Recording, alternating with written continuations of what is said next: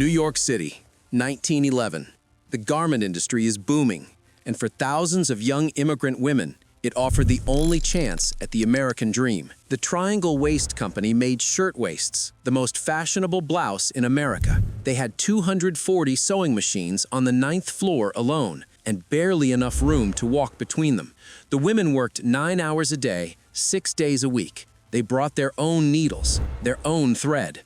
The Washington Place door was kept locked to stop them from stealing a finished blouse. In 1909, they warned the owners. A 19-year-old Ukrainian immigrant named Clara Lemlich stood up at Cooper Union in front of 2,000 workers and called the general strike.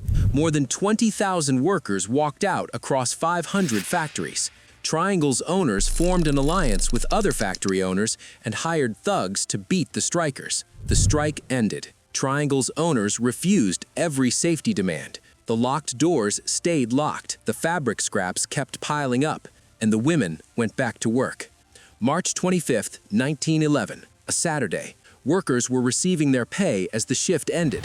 On one table on the 9th floor, a small group was celebrating a co-worker's engagement. 4:40 p.m. Someone dropped a match or a cigarette into the scrap bin at cutting table number 2 on the 8th floor. A shipping clerk dragged a fire hose into position. Nothing came out. There was no water pressure. The entire building's fire suppression system was non-functional. The 10th floor got the phone call. Most of the 10th floor workers escaped to the roof and across to New York University. The 9th floor got no call. They didn't know what was coming. Within 90 seconds, smoke poured onto the 9th floor. 300 workers had seconds to choose. The Green Street stairway was the first option. About 100 made it through before the fire cut it off. For the workers who couldn't reach Green Street, the only other door was the Washington Place door. Kate Alterman testified. Bernstein tried the door. He couldn't open it. And then Margaret began to try. The fire escape was the last route down, but it was narrow, one person at a time, and it was not built for this. The fire department arrived fast, but their tallest ladders only reached the 6th floor. The fire was 2 floors above that, and it wasn't going to wait. For the women still trapped on the 9th floor, the only way out was the windows. Reporter William Shepard was in Washington Square when it started. He watched everything. Joseph Zito and Gaspar Mortellaro, the elevator operators, made trip after trip into the burning building until the heat warped the tracks. 18 minutes. The fire was over in 18 minutes. On the street below, 62 bodies. In the building, 84 more. 146 dead. Families came from across the Lower East Side.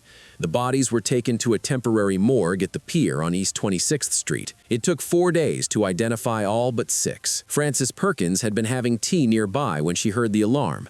She ran to Washington Place. She watched it all, and she decided while standing on that sidewalk that this was not going to happen again. On April 2nd, 1 week after the fire, Rose Schneiderman stood at the Metropolitan Opera House in front of New York's wealthiest reformers, and she told them what workers already knew. April 5th, 1911.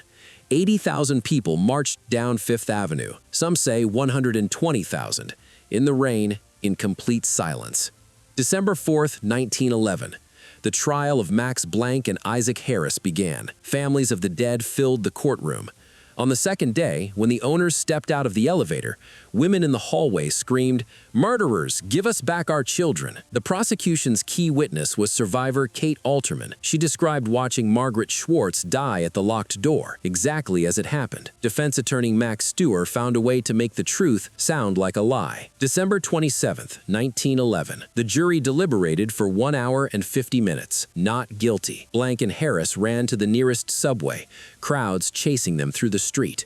The owners were fined $75 per life lost. Their insurance company paid them $400 per life. Max Blank and Isaac Harris made a profit from the fire that killed their workers. In 1913, 2 years after the fire, factory inspectors caught Blank and Harris again, locking the doors of their new factory with workers inside.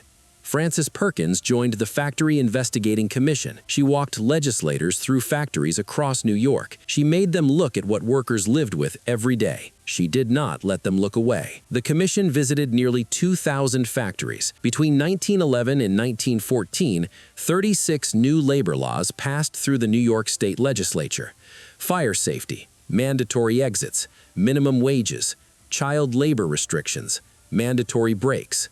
Frances Perkins became Franklin Roosevelt's Secretary of Labor in 1933, the first woman ever appointed to a U.S. cabinet position. She served for 12 years, the longest-serving labor secretary in American history. Clara Lemlich was blacklisted from the garment industry for the rest of her life. She organized for 70 more years. She died in 1992 at the age of 96. In her nursing home, she had organized the staff. The Osh Building still stands. It is now the Brown Building, owned by New York University. In 1991, it was designated a National Historic Landmark, and every year, on March 25th, they read the names. Every March 25th, outside the Brown Building, the names of the 146 victims are read aloud, one by one.